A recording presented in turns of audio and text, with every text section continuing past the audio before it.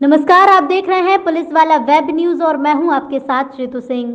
गरीब महिलाओं के संस्थागत और सुरक्षित प्रसव के लिए केंद्र सरकार गर्भवती महिलाओं को आर्थिक मदद देती है।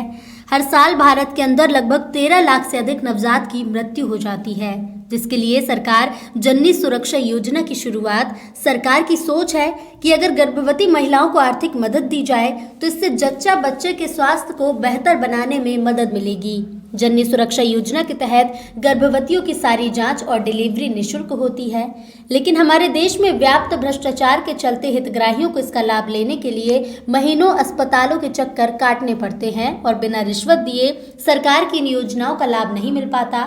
ऐसा ही एक मामला है भिंड जिले की उमरी प्राथमिक स्वास्थ्य केंद्र का, जहां करीब 7 महीने से प्रसूता को चक्कर काटने पड़ रहे हैं। 31 मई 2020 को डिलीवरी होने के बाद आज दिनांक तक हितग्राही के खाते में पैसा नहीं डाला गया। उमरी अंतर्गत किटी निवासी प्रसूता रश्मि यादव के पति जितेंद्र यादव ने बताया कि स्वास्थ्य केंद्र में पदस्थ दीपक हिंडोलिया ने डिलीवरी के समय मुझसे 1000 रुपए लिए थे।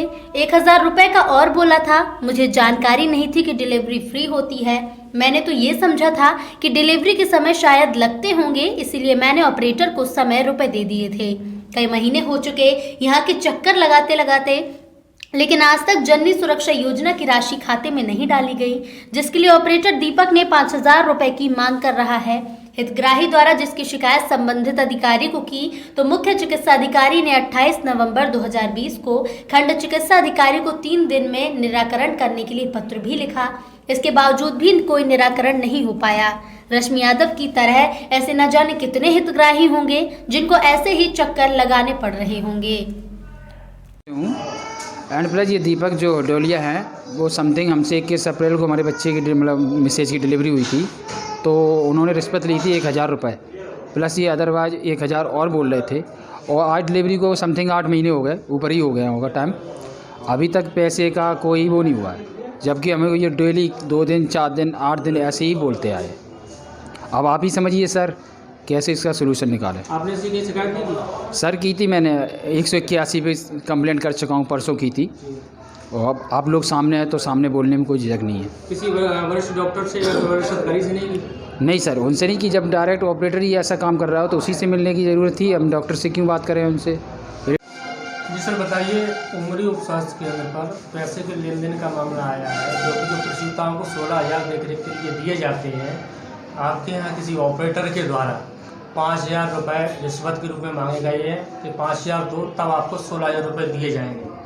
नहीं, ये है कि हमारे यहाँ जो दीपक हिंडोलिया है ऑपरेटर, तो ऐसी जो शिकायतें आई थी लोगों के द्वारा, तो उसके लिए हमारे बीएमओ सर ने कार्रवाई करके उसको यहाँ से अपने फूफ बुला लिया था, फूफ अटैच कर लिया था हॉस्पिटल में।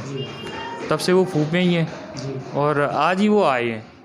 तो क्या उनका कोई ज्वाइनिंग दी है? नहीं, उनकी कोई रिजॉइनिंग लेटर तो सर ने नहीं निकाला। हमने उनको यहाँ से लीव भी कर दिया था, वहाँ से उनका ट्रांसफ़र ऑर्डर आया था, मतलब जो जी सर बताइए, उमरी के जो उप स्वास्थ्य केंद्र है उस पर अवैध वसूली की शिकायतें लगातार आ रही हैं और कंप्यूटर ऑपरेटर दीपक हिंडोलिया पर आरोप लगाए जा रहे हैं कि 5000 रुपये लेते हैं, किसी से 1000 रुपये लेते हैं।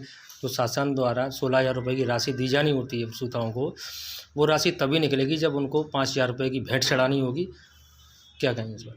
देखिए ऐसा है, अभी तक मेरे पास इस प्रकार की कोई भी शिकायत नहीं।